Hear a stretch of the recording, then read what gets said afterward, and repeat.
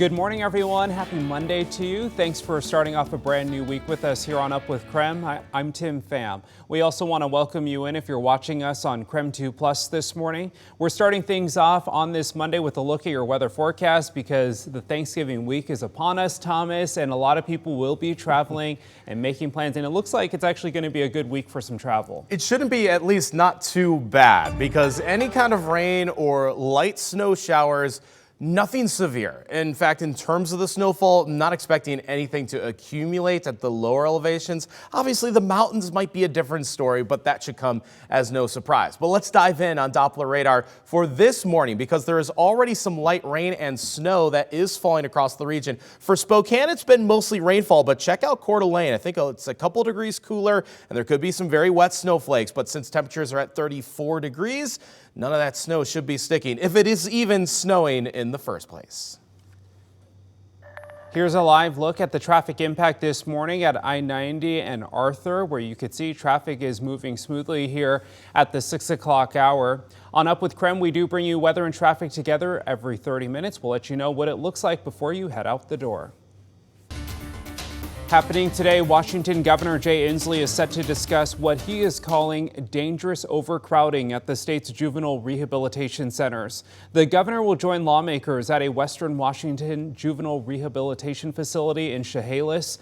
The governor's office says there has been a 60% increase in its population since 2023. Insley says he will preview policy and budget proposals. The Spokane Library hosted a Transgender Day of Remembrance event, which featured musicians, dancers, drag performers, and storytellers. Saturday's event focused on centering trans voices and anti-trans violence. Really just celebrating trans lives as a way to honor people who have lost theirs. Honor the living is really important to us. The event also provided resources for the Eastern Washington and North Idaho gender-expansive community. It is the week of Thanksgiving, and the Downtown Spokane Partnership is trying out a new event trying to help local businesses during the holiday season. The partnership's goal is to increase profits for the businesses at River Park Square. The Merry Magical Lane event, done through Visit Spokane and the partnership, is designed to have family activities and holiday decor brightening up downtown. The goal is to make the area safer and improve walkways for pedestrians. See over 100,000 new lights on our street trees and over the street itself, which is a first-time thing here in Spokane.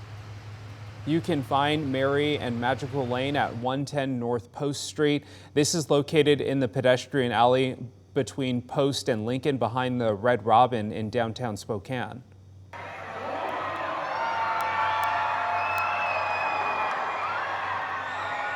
There he is. The lights lit up over the weekend just moments before Santa Claus paid a visit to downtown Spokane. Santa got the chance to meet hundreds of children. He even stuck around for the tree lighting. In case you missed it, don't worry. Jolly old St. Nick will be down at River Park Square up until Christmas Eve. And good news for skiers and snowboarders this morning. The Schweitzer Ski Resort announced they're extending their opening weekend through this Wednesday. It's all because of the early snow they received. The resort says they'll run the same chairlifts, which are the Musical Carpet, Creekside Express, Basin Express, and the Lakeview Triple. Schweitzer will still close for Thanksgiving Day this Thursday, but plans to reopen on Friday. And a Turkey Day tradition for many is the Macy's Thanksgiving Day Parade. And this year, you're going to see 7 new floats joining the parade lineup.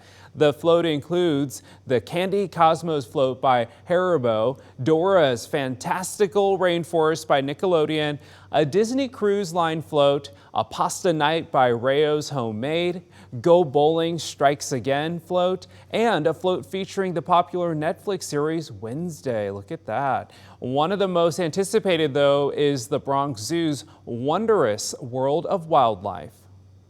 Cool thing about this float is that it looks like it's one float. It is actually 3, separated by a series of bridges. We wanted to tell the story of the Bronx Zoo, how massive it is, how you have to sort of traverse these different biomes, tell the story of these life-size animals that are very close to detail.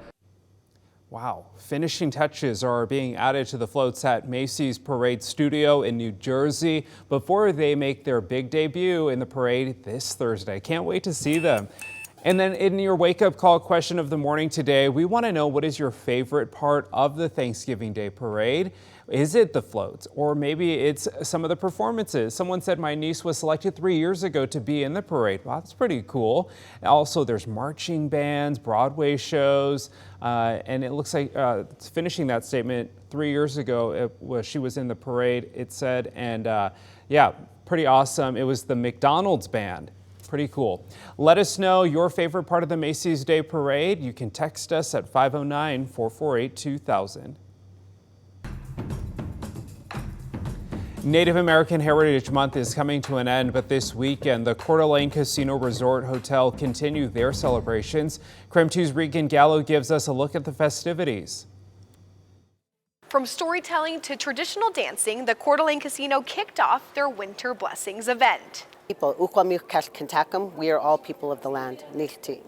It was an afternoon for people to gather and to learn. The story work of Grizzly Bear is really about bringing back the creation stories of who it is that we are and where we come from. Laura Grizzly Paws, an Indigenous advocate, dancer, and storyteller from British Columbia, Canada, performed the Grizzly Bear dance. She said to the crowd that protecting the grizzly bear is one way her heritage and people advocate for the cultural survival of Indigenous people. Importance of how far we've stemmed or lost cultural traditional values and principles, and how far it is that we need to go back to those basic teachings. But dancing was only one element to the afternoon. The Coeur d'Alene tribe says the Winter Blessings is a way for them to give back to the community. Started in November because November is Native American Heritage Month, so it kind of blends our culture with our core tradition of giving and helping and sharing. Casino officials say they plan to donate $1,000 each to 10 charities and $500 in gift cards to 20 individuals in need. The casino is now accepting nominations for those 10 charities and individuals right now on their website. At Coeur d'Alene Casino Resort Hotel, Regan Gallo, KREM 2 News. It is 6:07 as we take you to our outdoor weather center. Not seeing any raindrops anymore here from our studios. Same story out at the airport. Looks like their rainfall has started to quiet down, but obviously we're not out of the woods just yet. Very wet roadways, a wet pavement underneath my own feet here, as some scattered showers are still around Spokane County. Mostly rain in this region, but check it out over Coeur d'Alene. Maybe a bit closer to snow. Did just look at the cameras. It does look like it is mostly rain even there as well. So call it mostly rain, or more rain than not this morning, but still tracking how much longer this is going to last and what is going to be a decently unsettled weather pattern heading up to the Thanksgiving holiday.